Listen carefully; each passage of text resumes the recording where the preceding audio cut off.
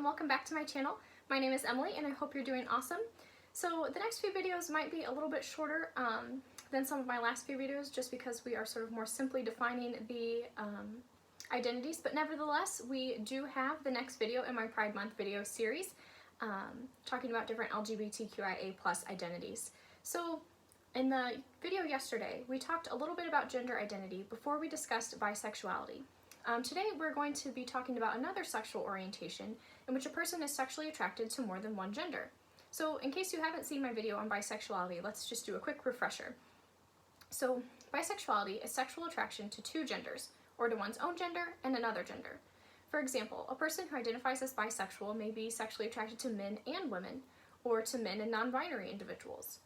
Some people who are sexually attracted to multiple but not all genders may choose to label themselves as bisexual, but they also could choose the label of polysexual. Polysexual describes a sexual attraction to multiple but not all genders. This may seem similar to bisexuality, and that's because it kind of is. Polysexual is often considered an umbrella term for any sexual attraction to more than one gender, including orientations such as bisexual and pansexual. It also is a standalone identity. Remember that gender is not just male and female. It includes a host of identities used to describe people who do not identify as any gender, people who identify as multiple genders, people whose gender changes or is fluid, people whose gender doesn't match their assigned sex, or people whose gender is somewhere in between male and female. I'll have a video on many of the various gender identities later this month, but for now just remember that gender is not a binary of male and female. There are many gender identities, and people who are sexually attracted to several, but not all, of these identities may choose to call themselves polysexual. They may also choose the label of bisexual instead, particularly if they're only attracted to two genders. Think of polysexuality as an attraction to many gender identities, or many genders, or just some genders, but not all of them. This label is a way for people to clearly define their experience of sexual attraction. It may seem, a little silly at first to some people to have so many labels to define a person's particular experience with sexual attraction, but I'm here to explain to you that it is not. Having these nuanced and specific labels allows a person to describe and define their particular experience of sexual attraction in the greatest degree of detail possible. It allows them to be able to have a concise way to accurately express their sexuality. Let's think of it like this. For example, I can tell you that a table is red, and you know what I mean, right? You can picture the table, but if I tell you that a table is cherry red, or brick red, or burgundy, you get a more accurate, detailed, specific picture of what the table looks like. These words we have to describe other shades of red help us in describing and sharing our experience of color. The same goes for having different words to describe nuances in people's experience of sexual attraction. Having different identities instead of just grouping all people who experience sexual attraction to more than one gender under a label like multisexual, for example, gives people the language they need to describe their experience of sexual attraction in an accurate and concise way. This is helpful for them, and it's also helpful for any other people they choose to share their sexuality with.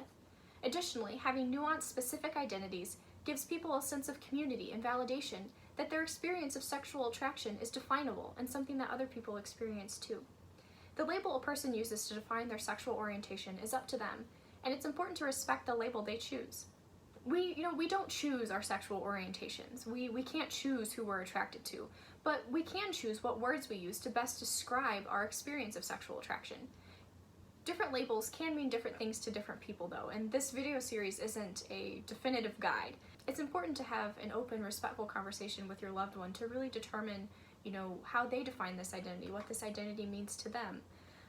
In doing that conversation, be sure to not only be respectful and open and validating of their identity, but also to ask permission before starting this kind of conversation. It takes a lot of emotional resources to have this sort of conversation. It's very personal, it can be confusing even, so it takes a lot out of a person. So maybe just asking, hey, I wanted to know more about what the identity polysexual means to you, or the identity bisexual means to you. Is it okay if we talk about that right now? And respecting their answer, whatever it is they choose to say, whether it's, yeah, let's talk about it, or no, not today. Either way, they'll appreciate you respecting their boundaries. This video series is just to sort of help you gain a basic understanding or a basic definition of different LGBTQIA+ identities, but these identities and labels may mean different things to different people. Alright, and with that being said, we can go ahead and sum things up. So today we talked about polysexuality, which is an attraction to multiple but not all genders. And these nuanced labels for sexual orientations help people to most accurately describe and define their experience of sexual attraction. So go ahead and have polite, open conversations with the people in your life about what these labels mean to them. Tomorrow we'll continue talking about sexual attraction to more than one gender as we discuss pansexuality. But for now, I'll leave links down below to coming out resources, resources for finding LGBT plus affirmative therapists, and for crisis and suicide hotlines.